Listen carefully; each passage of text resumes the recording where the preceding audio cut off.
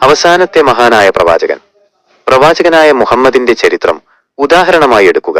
അദ്ദേഹത്തിന്റെ ജീവിതം വിശകലനം ചെയ്യുക. വിജയികളായ പല പ്രമുഖരുമായി ആ ജീവിതത്തെ താരതമ്യം ചെയ്യുക. ഇവരിൽ ഒരുപോലെയുള്ളത് കൃത്യനിഷ്ഠത എന്ന സ്വഭാവമാണെന്ന് അപ്പോൾ നിങ്ങൾക്ക് അറിയാനാകും. മുഹമ്മദ് ഒരു പ്രവാചകനായിരുന്നു. സ്കൂൾ വിദ്യാഭ്യാസം അദ്ദേഹത്തിന് ലഭിച്ചിട്ടില്ല. 40 വയസ്സായപ്പോഴാണ് അദ്ദേഹം തന്റെ ജീവിത ദൗത്യത്തിലെത്തിയത്.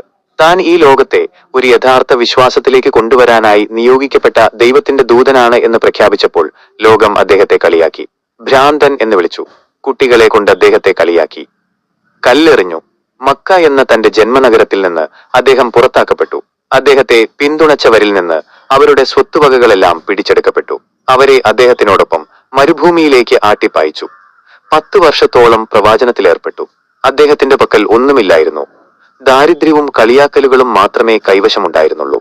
10 വർഷം വീണ്ടും കഴിഞ്ഞപ്പോൾ പുതിയ ലോകം പ്രവാചക നേതൃത്വത്തിലായി. സാഹസികത 3 തലങ്ങളിലായിരുന്നു.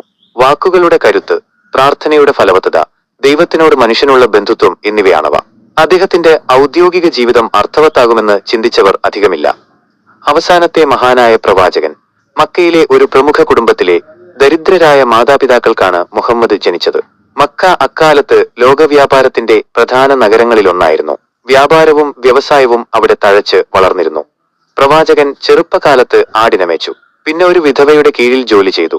അദ്ദേഹത്തിന് 28 വയസ്സായപ്പോൾ വിധവയായ ഖദീജ അദ്ദേഹത്തെ അനുകമ്പയോടെ കണ്ടു. ഖദീജ പിതാവിന്റെ അനുഗ്രഹം നേടിയെടുത്ത് അദ്ദേഹത്തെ വിവാഹം ചെയ്തു. പിന്നെ 12 വർഷം മുഹമ്മദ് ബഹുമാന്യതയുള്ള വ്യാപാരിയായി ജീവിച്ചു. അതിനുശേഷം മരുഭൂമിയിൽ അലഞ്ഞ് നടക്കാൻ തുടങ്ങി. ഒരു ദിവസം വിശുദ്ധ ഖുറാനിലെ വചനങ്ങളുമായി തിരിച്ചെത്തി. അത് ഖദീജയെ അറിയിച്ചു. ഗബ്രിയേൽ തനിക്ക് മുന്നിൽ പ്രത്യക്ഷമായി താൻ ദൈവദൂതനാകണമെന്ന് ആവശ്യപ്പെട്ടെന്നും അറിയിച്ചു. ദൈവത്തിന്റെ വിശുദ്ധ ഖുറാൻ വചനങ്ങളാണ് മുഹമ്മദിന്റെ ജീവിതത്തിൽ സംഭവിച്ച ദിവ്യാത്ഭുതം. അദ്ദേഹം ഒരു കവിയൊന്നുമല്ലായിരുന്നു. വാക്കുകൾ അത്രക്കൊന്നും വഴങ്ങില്ലായിരുന്നു. എന്നിട്ടും അദ്ദേഹത്തിന് ലഭിച്ച വിശുദ്ധ ഖുറാനിലെ വാക്കുകൾ ഏതൊരു കവികളുടേതിനേക്കാളും മികച്ചതായിരുന്നു.